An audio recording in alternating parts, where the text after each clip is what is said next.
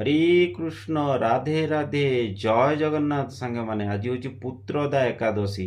पुत्रदा एकादशी कहीं पालन करा जाए, पुत्रदा एकादशी पालन करने द्वारा कौन तार महात्म्य रही जानवा दरकार निहाती। पुत्रदा एकादशी हूँ पुत्र पाइबापी करा जाए। जो वैष्णव माने पुत्र पाइबापी आशा रखुच्च से मैंने कि अन्य माने भी जी होना कहीं यदि पुत्रदा एकादशी पालन करें आपन को पुत्र प्राप्ति हम।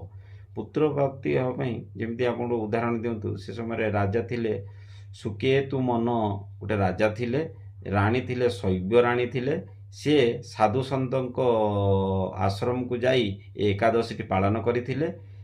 से साधु सत जो मैंने जमी भाव में कही जे एमती भाव में पालन करें आप पुत्र संतान पाइबे से मैंने पुत्र संतान टे पाई से बहुत खुशी थे। तो आपण मैंने भी पुत्र पाइबापी यही पुत्रदा एकादशी करंतु एवं पुत्रदा एकादशी रे आपण साबु खाई परिबे कि बा भात रोटी ये सब जिनस खाइबेनी। साबु फल आपण लेंबू पानी ये सब जिनस आपण खाई परिबे। पुत्रदा एकादशी करिवे ता पर दिन 1 तारिख दिन 6:22 रु 10टा भितर आपण स्नान ये सब सारी पूजा करी आपण पुणी अन्न खाई परिबे।